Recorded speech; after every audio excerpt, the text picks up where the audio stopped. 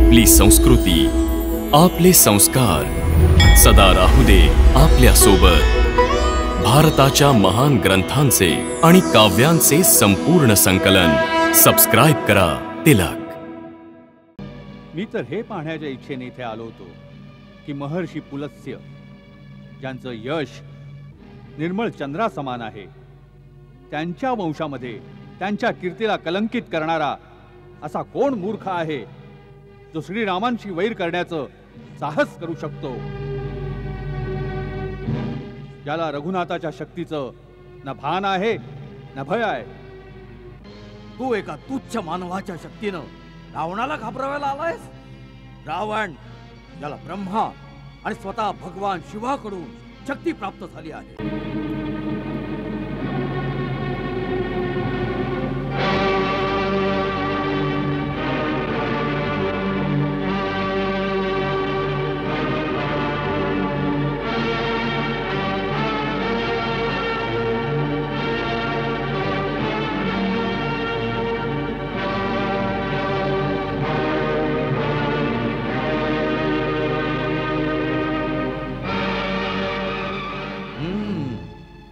या वानराला घाबरत होतात याच्यात अशी काय विशेषता आहे? याने न केवळ आमच्या सैनिकाचा संहार केला आहे, तर वरुण राजकुमार, अक्षकुमार सारख्या महान योद्ध्यांचा वधही केला आहे। महाराज, हा दिसण्यात जितका साधा आहे, वास्तवात तितका साधा सुद्धा नाही। हा परम मायावी आहे, अनेक प्रकारच्या कपट विद्या जाणतो, म्हणून हा कोणाच्या तावडीत नाही सापडला। याच्या बरोबर युद्ध करते वेळी एकदा तर मीही विचलित झालो, मग ब्रह्मास्त्राच्या वापराने मी त्याला कैद करू शकलो। याच्यासाठी तुला ब्रह्मास्त्र चालवावं लागलं? होय पिताश्री। तर मग अवश्य हा आमच्या समोर आणण्या योग्य आहे। बोल वानरा, कशाच्या जोरावर तू आमच्या सुंदर उपवनास उजाड केलंस? आमचे राक्षस जे तिथले रक्षक होते, तू त्यांना कुठल्या अपराधासाठी मारलास? प्रभू, आपल्या शरीराला व्यवस्थित ठेवणं आणि त्याचं रक्षण करणं प्राण्याचा पहिला धर्म आहे। ह्याच धर्मानुसार जेव्हा शरीर अत्यंत भुकेले असेल आणि खाण्याचा पदार्थ समोर असेल, तर ते खाण्यामध्ये धर्म आणि न्यायाच्या दृष्टीने काहीही दोष नाही। मी 100 योजने समुद्र ओलांडून आलो होतो।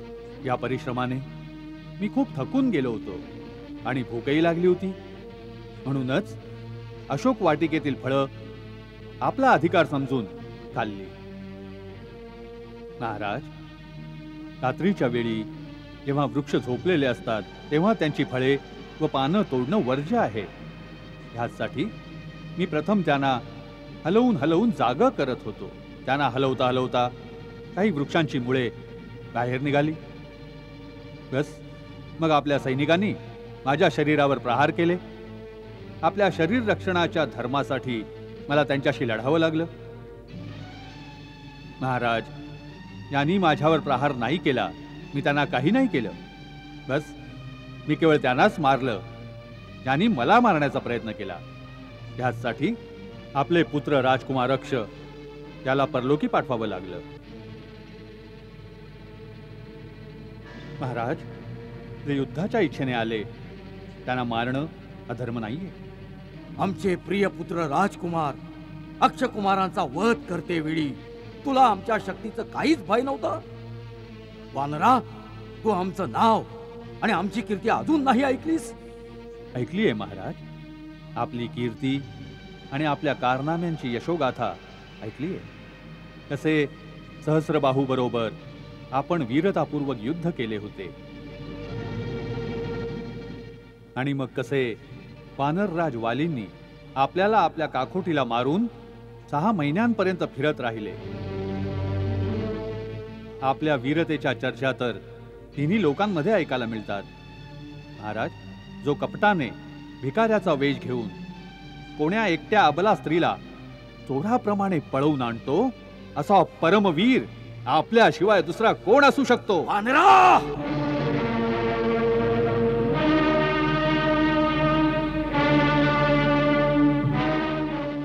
माझ्या दरबारात अशा उर्मटपणे भाषा करण्याचा साहस कुणी नाही करू शकत. सेनापती जी महाराज, याची जीभ आत्ता छाटून टाका.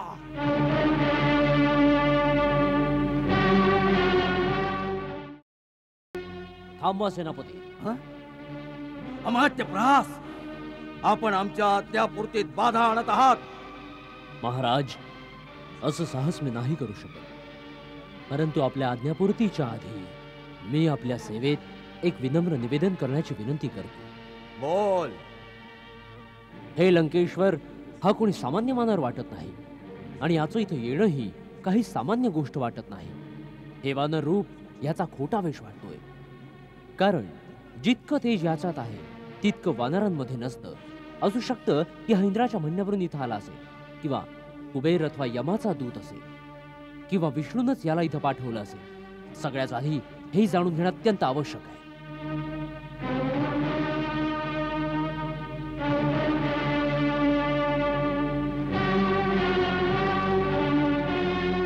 महाराज, मंत्रीवर प्रहस्त्रांचं म्हणणं ठीक आहे. हे जाणणं परम आवश्यक आहे की कोणी याला पाठवलंय आणि त्याच्या मागे कोणा शत्रू किंवा स्वतः देवतांचं काय षडयंत्र आहे. ही सगळी माहिती जी याच्याकडून मिळू शकते, याची जीभ छाटून त्याची संधी जाईल. सेनापती, सगळ्यात आधी ह्याच्याकडून सगळी माहिती घ्या, आणि जर हा सरळ रीतीनं सांगत नसेल तर याला अशा यातना द्या ज्यानं हा सर्व काही सांगण्यास तयार होईल. आम्ही आपल्या विवेकाची प्रशंसा करतो. सेनापती, अमात्य प्रहसच्या आज्ञेचे पालन करा. इतक्या मोठ्या कार्यक्रमाची आवश्यकता नाहीये महाराज. एवढीशी गोष्ट तर मी स्वतः सांगतो. मी वायुदेवतेचा औरस पुत्र हनुमान आहे. मला ना भगवान विष्णूने पाठवले आहे आणि ना इंद्र आदी देवतांनी. मी तिन्ही लोकांचे स्वामी, अत्यंत तेजस्वी रघुकुल शिरोमणी भगवान श्रीरामांचा दूत आहे.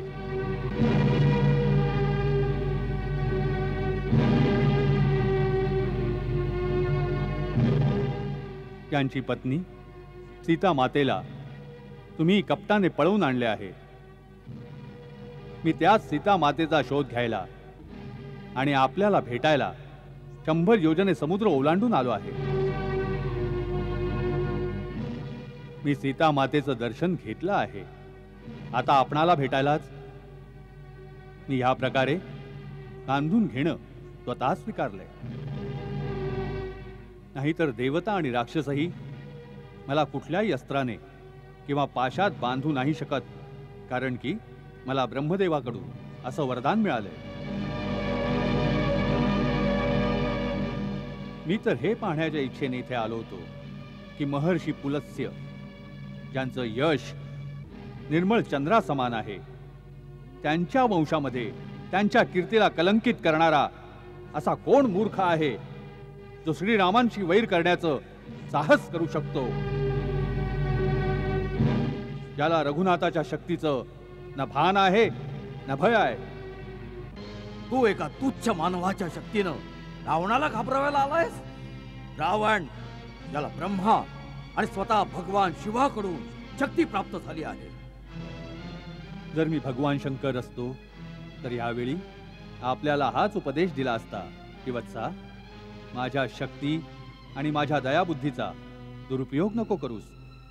तू धर्मपूर्वक तपस्येच्या द्वारे ज्या शक्ती माझ्याकडून मिळवल्या आहेस त्यांचा उपयोग विनम्रतेने धर्माच्या कार्यातच कर. तर त्यांच्यामुळे आपल्या अंगात पाप, अहंकार आणि अधर्म प्रबळ होऊ दिलास तर त्याचा एकच परिणाम होईल, विनाश, संपूर्ण विनाश.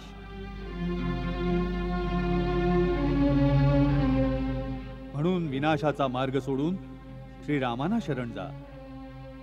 यांनी एकाच बाणाने महाबली वालीला ठार केले आणि खलदूषणाचा सेनेसहित अंत केला.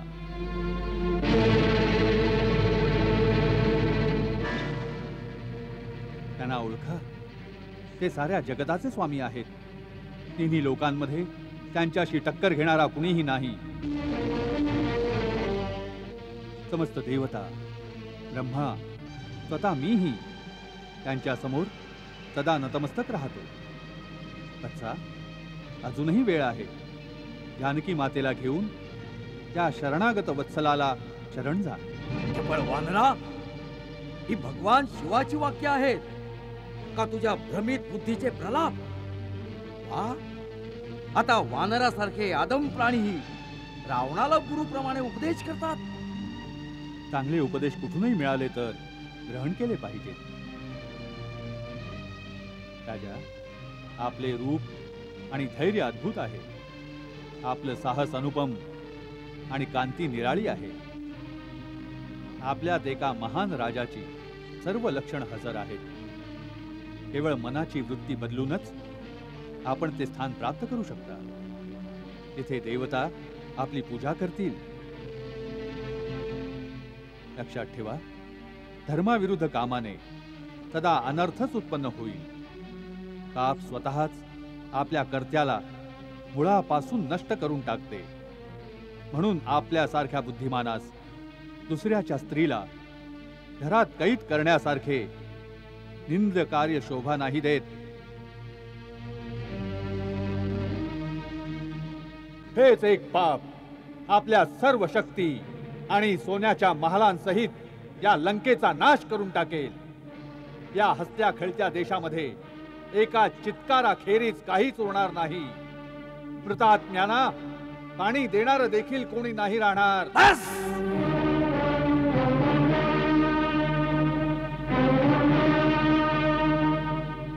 खूप झाल्या या निरर्थक गोष्टी.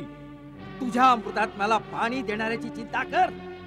आमच्यासाठी विचार करण्याची तुला काही आवश्यकता नाही. ब्रह्मदेवाच्या आशीर्वादानं देव, दानव, यक्ष, गंधर्व, किन्नर, नाग, असुर इतकंच काय कुठल्याही योनीतील प्राणी आम्हाला नाही मारू शकत.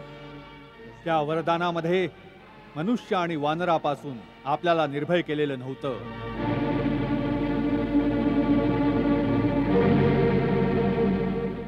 भगवान श्रीराम ह्यावेळी नररूपात आहेत आणि सुग्रीव वानर आहे. राजन, मी पुन्हा हात जोडून सांगतो, श्रीरामांशी द्रोह करणाऱ्याला स्वतः शंकर, विष्णू, ब्रह्माही नाही वाचवू शकत. रामाशी विन्मुख होऊन लाखो करोडोंची संपत्तीही अशीच रयाहीन आहे. जसे एखाद्या स्त्रीचे शरीर सोन्याचे दागिने घालूनही शस्त्रांशिवाय मर्यादाहीनच राहतं. महाराज रावण, मी आपल्याला अंतिम सूचना देतो की जिला आपण सीता समजत आहात ते विषमिश्रित भोजनासारखे असून आपल्या मृत्यूचा संदेश आहे. सीतेचं रूप धारण करून आपल्याकडे काळाचा फास येऊन ठेपला आहे. महाराज रावण, ही अंतिम सूचना आहे, नाहीतर मरायला तयार रहा.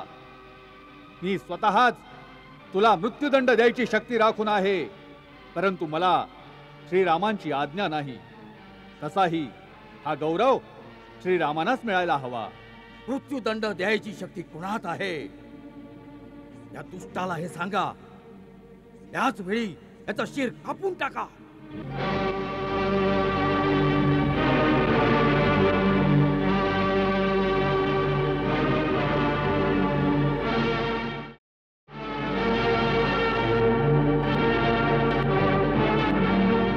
थांबा.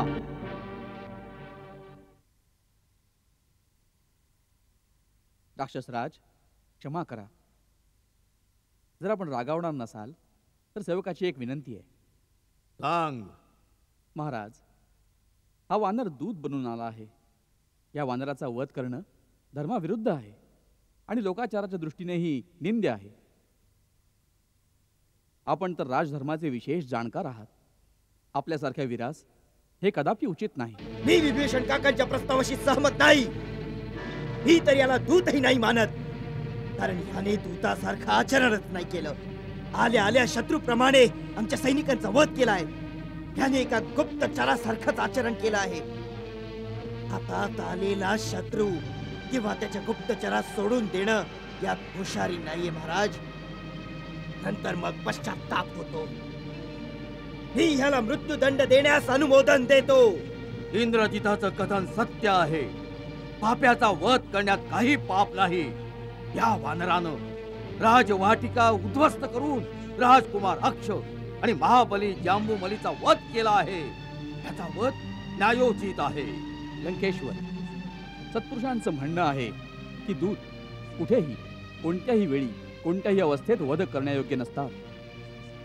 यात संशय नाही की ह्याने सगळी कामं शत्रूसारखी केली आहेत. तरीही दूताचा वध करणं उचित नाही समजलं जात. या वानराला मारण्यात मला काहीच फायदा दिसत नाही. ज्यांनी ह्याला इथे पाठवलं आहे त्यांनाच प्राणदंड द्यायला हवा. नीती आणि धर्माचे जाणकार आमच्या मंत्र्यांचं काय मत आहे? महाराज, मला क्षमा करा, परंतु मी कुठल्याही दूतासाठी मृत्यूदंड कधी नाही ऐकला. जर दूत मर्यादेचं उल्लंघन करत असेल तर त्याच्यासाठी दुसऱ्या प्रकारचे बरेचसे दंड उचित सांगितले आहेत. जसं अंगभंग करून टाकणं, किंवा डोक्याचं मुंडन करणं, किंवा त्याच्या शरीरावर काही चिन्ह उमटवणं. महाराज, दूत सदा आपल्या स्वामीच्या अधीन असतो, म्हणून तो आपल्या स्वामीच्या हिताचीच गोष्ट करतो. म्हणून तो शत्रूप्रमाणे जरी व्यवहार करेल तरी वधाच्या योग्य नसतो. माझ्या मते ह्याला दुसरा कुठला तरी दंड द्यायला हवा.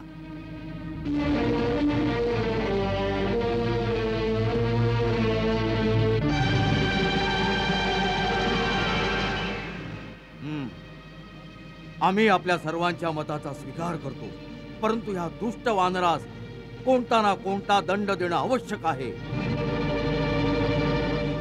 वानरांना आपल्या शेपटीचं फार प्रेम असतं. तोच त्यांचा अलंकार असतो. म्हणून याची शेपटी जाळून टाकण्यात यावी. दळकी शेपटी घेऊन हा आपल्या स्वामीकडे जाईल आणि तिथे याचे मित्र आणि कुटुंबीय याला दीन आणि दुःखी अवस्थेत पाहून दुःखी होती. राक्षसगण, याच्या शेपटीला आग लावून याला नगरातील रस्त्यावर आणि चौकातून फिरवा.